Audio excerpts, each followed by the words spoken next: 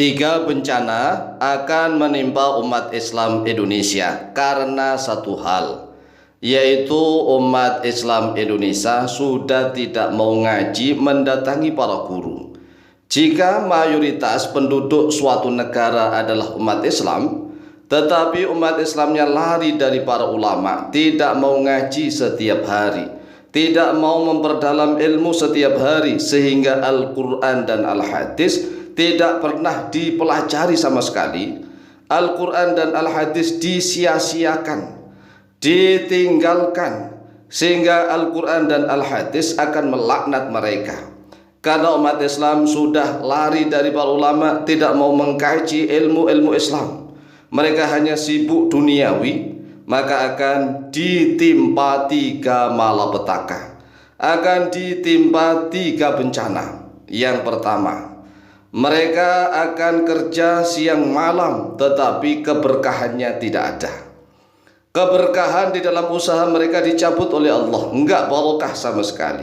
Walaupun toh mereka kerja capek siang malam, waktunya habis, tetapi mereka tidak sempat memperdalam ilmu agama Islam. Maka harus diubah di mana-mana, harus senantiasa waktunya dibagi. Ada waktu khusus untuk mendatangi guru-guru bisa mengkaji ilmu agama Islam. Yang kedua, Allah akan menimpakan kepada mereka pemimpin-pemimpin yang zalim, pemimpin-pemimpin yang tidak adil. Ini adalah bencana besar. Jadi bencana itu tidak harus gempa bumi, tidak harus longsor, tidak harus banjir bandang, tidak harus tsunami, tidak harus gunung meletus, tidak harus seperti itu. Tetapi bencana itu misalnya contoh orang yang kerja keras mati-matian tetapi hartanya tidak barokah. Ini bencana. Penghasilannya banyak tetapi pengeluarannya juga banyak, enggak jelas, enggak menentu. Itu juga bencana musibah. Uangnya banyak melimpah ruah tetapi ternyata hilangnya juga gampang. Hilangnya uang itu gampang. Ini juga bencana musibah. Misalnya kita memiliki pemimpin yang hidupnya mewah, rumahnya bagus, mobilnya mewah, sedangkan rakyatnya banyak yang punya hutang. Ini juga musibah. Rakyat punya hutang di mana-mana, tetapi pemimpinnya hidup enak-enakan. Ini musibah. Jadi musibah ini akan ditimpa oleh umat Islam Indonesia jika umat Islam Indonesia masih saja kekeh, tidak mau berbondong-bondong mendatangi para guru untuk mengkaji. Yang belum bisa baca Al-Quran harus ingin belajar Al-Quran. Tolong ajari aku untuk membaca Al-Quran. Yang belum bisa baca kitab kuning gundul, belum tahu tentang makna dan terjemahan Al-Quran, minta diajarin agar tahu tentang makna dan terjemahan Al-Quran. Kemudian setelah itu ingin diajari tentang hadisnya Rasulullah SAW.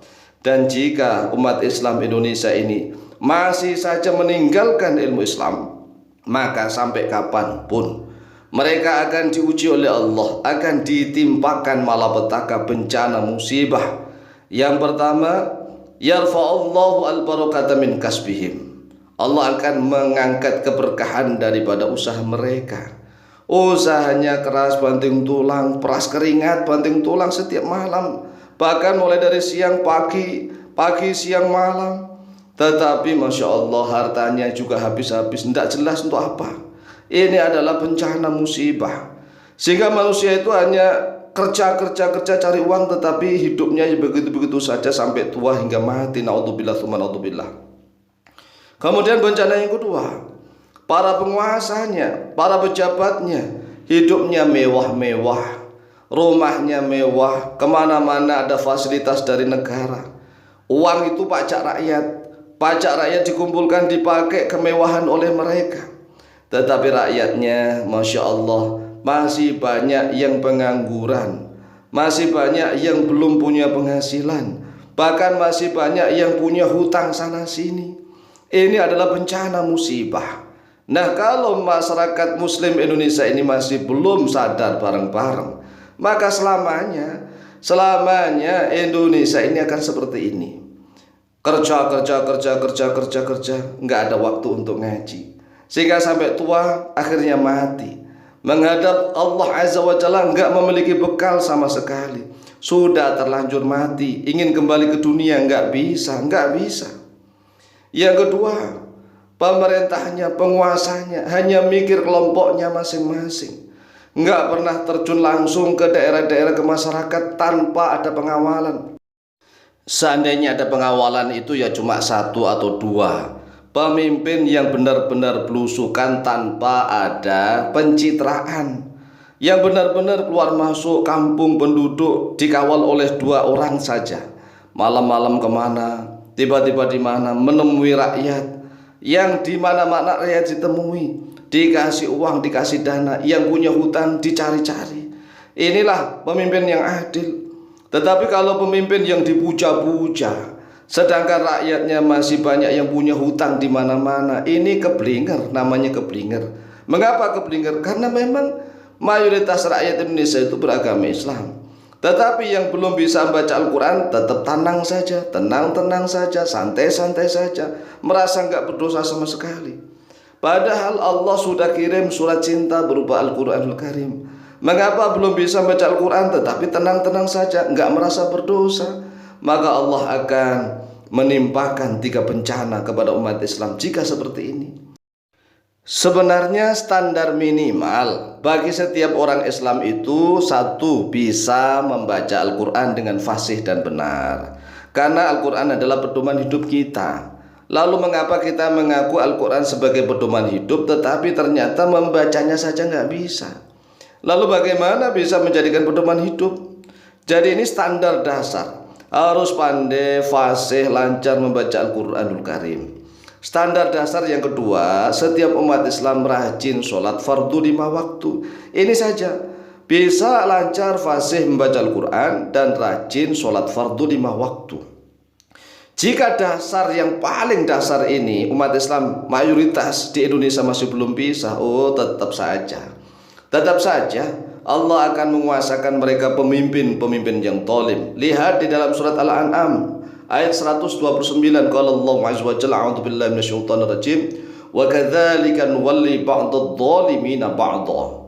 Seperti itulah kami kuasakan sebagian orang-orang zalim yang tidak adil pada sebagian yang lain. Kalau rakyatnya zalim, pemimpinnya zalim, itu rumus. Bima kanu yaksibun, dengan sebab sesuatu yang ada, yang mereka usahakan. Ini lihat di dalam surat Al-An'am 129.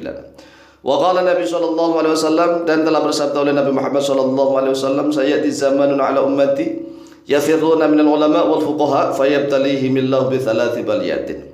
Akan datang kepada umatku suatu zaman yang mereka lari dari para ulama dan lari dari para ulama ahli fikih, maka Allah akan menimpakan 3 musibah, 3 malapetaka kepada mereka.